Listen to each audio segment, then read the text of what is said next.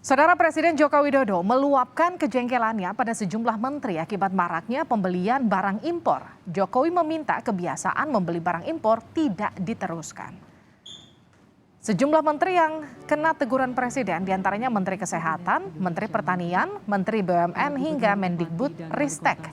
Jokowi jengkel barang-barang seperti alat kesehatan, CCTV, seragam polisi, sepatu tentara hingga traktor masih impor. Presiden menyebut jika pengadaan barang dan jasa secara konsisten berasal dari produk buatan dalam negeri akan memacu pertumbuhan ekonomi. Para Menteri Kabinet Indonesia Maju. CCTV, beli impor. Di dalam negeri ada yang bisa produksi.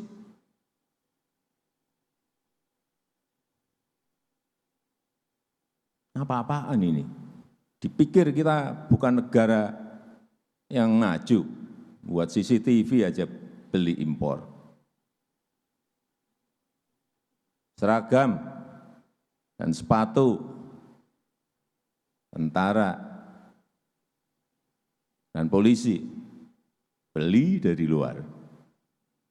Kita ini produksi di mana-mana bisa. Jangan diterus-teruskan.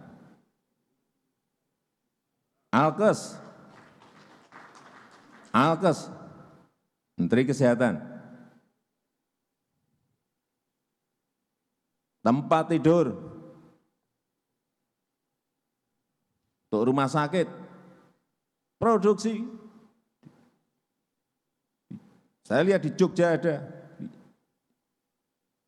Bekasi, Tangerang ada, beli impor. Mau kita terus-teruskan, silahkan. Nanti mau saya umumkan kok, saya kalau udah jengkel ini umumin nanti. Alsintan, Menteri Pertanian, apa traktor kayak gitu, bukan high-tech aja impor. Jengkel saya. Hati-hati Kementerian Pendidikan dan Kebudayaan. Tadi pagi saya cek baru 2T. Ini kelihatannya ada enggak semangat di dalamnya, di kementerian.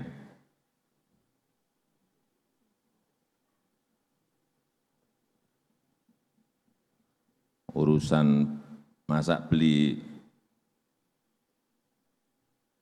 bangku, beli kursi, mau impor kita, laptop mau impor kita. Kita sudah bisa bikin semuanya itu.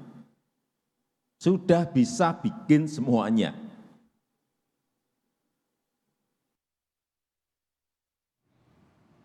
Saudara Presiden Joko Widodo kesal karena kementerian lembaga hingga pemerintah daerah masih menggunakan produk impor untuk kegiatan operasional. Apa yang membuat impor merambah ke segala lini?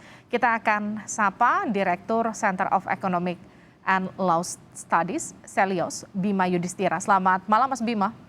Selamat malam, Mbak. Mas Bima, Presiden Jokowi jelas marah besar soal maraknya impor terutama di kementerian hingga ke pemerintahan daerah. Menurut Anda kenapa impor masih saja marak di Indonesia? Jadi kalau dalam konteks pengadaan barang dan jasa ini sebenarnya apa yang disampaikan Pak Jokowi sama persis seperti tahun 2019. Waktu itu Pak Jokowi juga cukup jengkel dengan impor cangkul di pengadaan barang dan jasa pemerintah pusat, pemerintah daerah. Nah kita lihat ini sebenarnya bukan hanya sekedar daya saing, bukan sekedar kemudian tenaga kerja kita kurang kompeten, industrialisasi kita kemudian kalah bersaing dengan negara lain. Tapi ada masalah yang lebih serius, lebih fundamental. Salah satunya adalah ada yang memang sengaja mempermainkan pengadaan barang dan jasa, sehingga lebih pro terhadap impor. Karena kalau ini kita sangkut pautkan dengan kemarahan Pak Jokowi, memang ada beberapa standarisasi dan sertifikasi yang susah sekali ditembus oleh pelaku UMKM. Betul, ini yang disebut oleh Pak Jokowi ya, SNI dan sertifikat sulit. Betul, ya. Ini apa? Karena KPK sendiri membuktikan bahwa sepanjang 2021 salah satu kasus korupsi yang paling besar itu ada di pengadaan barang dan jasa. Baik. Jadi caranya macam-macam, Mbak. Mulai dari kemudian menghalangi untuk masuknya kompetitor lokal. Kemudian juga ada kong kali kong dengan oknum pengadaan barang dan jasa, sehingga standarisasi itu dibuat dengan beberapa kriteria yang menyulitkan para pemain lokal. Ada lagi proses untuk pengajuan surat agar terlibat dalam pengadaan barang dan jasa itu dibuat sangat singkat. Dan KPK sendiri bicara soal masalah terkait dengan waktu yang singkat dan juga panitianya cenderung tertutup. Oke. Jadi ini masalah tata kelola juga di dalam pengadaan barang dan jasa. Pak Baik. Presiden berkali-kali bilang kita harus stop impor, tapi secara teknis sebenarnya kebijakannya masih belum berpihak kepada pelaku usaha lokal. Itu yang Hanya kemudian 33%, itu yang mau 33% ya. itu yang mau saya tanyakan juga. Artinya kalau misalnya sekarang di 2019 Pak Jokowi sudah bilang hal yang sama, di 2022 Pak Jokowi juga bilang hal yang sama, maraknya impor. Tadi Anda juga sudah katakan bahwa sulitnya kemudian kalau yang saya baca ini ada sulitnya kemudian pelaku UMKM ini masuk ke dalam e-katalog LKPP, betul ya? Betul sekali ya. Memang sangat sulit. Jadi kondisi sekarang menurut data dari LKPP terakhir, itu hanya 33% UMKM yang masuk ke dalam pengadaan barang dan jasa. Pemerintah pusat, kemudian pemerintah daerah. Jadi angkanya tidak bergerak terlalu jauh, dari 25 ke 33%. Padahal UMKM ini kan kontribusinya bisa sampai 60% terhadap total output ekonomi Indonesia. Jadi kalau hanya 33% berarti kan 50%-nya saja dari total kapasitas UMKM. Yang berikutnya lagi yang menjadi persoalan adalah kalau ada UMKM kesulitan masuk ke dalam e-katalog, ya harusnya dilakukan pembinaan. Apa sih kendalanya? Pembiayaan, kapasitas produksinya kemudian.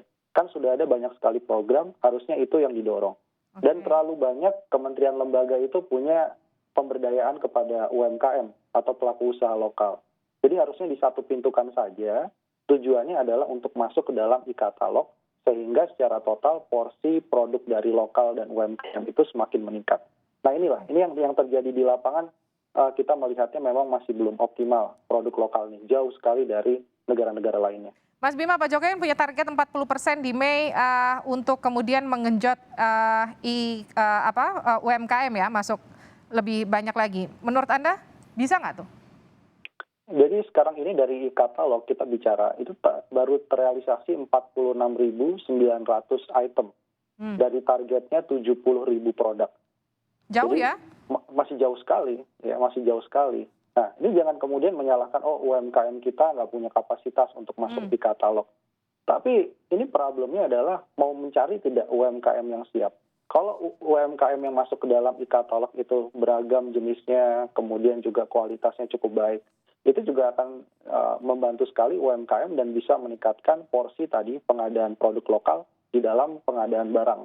Khususnya BUMN ini saya melihat BUMN yang paling rendah salah satunya adalah BUMN di bidang migas, kemudian BUMN di pertambangan. Jadi bukan hanya fokusnya pada pemerintah pusat, kemudian pemerintah daerah, tapi kita bisa mulai juga dari BUMN. Harusnya BUMN juga bisa memberi contoh untuk lebih banyak menyerap produk UMKM, bukan sekedar CSR, pemberdayaan kepada UMKM. Ya itu kewajiban juga, tapi yang paling penting adalah dia masuk ke dalam rantai pasok dari BUMN itu sendiri. Nah, untuk pemerintah pusat dan pemerintah daerah, yang paling gampang adalah kalau sudah ada mobil SMK, sudah ada motor gesit, harusnya dari pengadaan barang dan jasa untuk kendaraan bermotor para ASN, itu sudah harusnya menggunakan produk-produk lokal otomotif tadi. Nah, ini yang kemudian kita juga coba dorong. Itu yang kemudian jadi pertanyaan saya kan, karena barang-barang yang diimpor ini agak-agak lucu ya. Kalau di 2019 cangkul, sekarang kemudian yang diimpor itu sampai sepatu, CCTV, traktor, alat kesehatan, sesuatu yang mungkin masyarakat awam bilang, emang kita nggak bisa bikin di dalam negeri. Kalau menurut Anda, selain tadi problem para pelaku UMKM ini sulit masuk ke e-katalog LKPP, apalagi kira-kira kendalanya? Problemnya adalah terlalu seringnya kampanye untuk mendorong UMKM ekspor. Sementara untuk pemenuhan di dalam negeri sendiri sebenarnya kan permintaannya besar. Nah ini akhirnya menjadi dilema. UMKM disuruh ekspor, sementara mereka sendiri untuk masuk ke dalam e-katalog ataupun pengadaan barang dan jasa pemerintah dan BUMN itu mereka masih kesulitan. Berikutnya lagi masalah memang standarisasi soal sertifikasi. Itu jadi salah satu yang mahal, kemudian prosesnya juga cukup berbelit. Nah ini kan kita inginkan program-program pendampingan yang sangat banyak itu fokus saja lah untuk mendorong atau mempermudah sertifikasi. Memang ada yang cukup baik ya, misalkan seperti sertifikasi halal. Itu ada beberapa keringanan relaksasi bagi UMKM. Kemudian BPOM juga. Tapi banyaklah sertifikasi lain, bukan hanya makanan minuman. Ini kan semangatnya Pak Jokowi luar biasa ya, karena kan kalau kita lihat dari nilai angkanya aja di pusat buat pengadaan barang dan jasa 526 triliun, di daerah 535 triliun, BUMN punya 420 triliun. Ini angkanya luar biasa besar ya, kalau misalnya kita lihat idealnya berapa yang bisa disuplai oleh UMKM kita sendiri? Kalau kita bisa lepas atau mengurangi impor? Kalau kita asumsikan saja ya, sekarang ada 1.400 triliunan. Artinya kalau ingin meraih 40%, ya tinggal dibagi saja. Jadi setidaknya 800 sampai dengan 900 triliunan itu bisa diperoleh dari UMKM. Jadi lebih dari 40% sampai 60% itu harusnya bisa. Harusnya bisa disuplai dari dalam negeri ya? Betul, bukan hanya produk lokal. Karena produk lokal ada perusahaan-perusahaan besar juga. Tapi yang kita inginkan adalah UMKM. Karena sekarang posisinya masih 33%-an. Dari total seluruh pengadaan barang. Kita kan nggak bisa begini terus ya Mas, dari 2019, 2022 kita masih ngebahas hal yang sama, kita masih ngebahas soal maraknya impor yang masuk, bahkan yang melakukan impor itu adalah pemerintah pusat dan juga kita lihat sampai ke pemerintah daerah itu sendiri. Apa yang kemudian harus dilakukan langkah cepat pemerintah selain kalau tadi bilang permudah untuk para pelaku UMKM untuk masuk e-katalog LKPP misalnya? Ya, tadi Pak Jokowi juga bilang soal umumkan nih, kan dia udah kesel gitu kan. Kita tunggu pengumuman, jadi memang harus ada transparansi.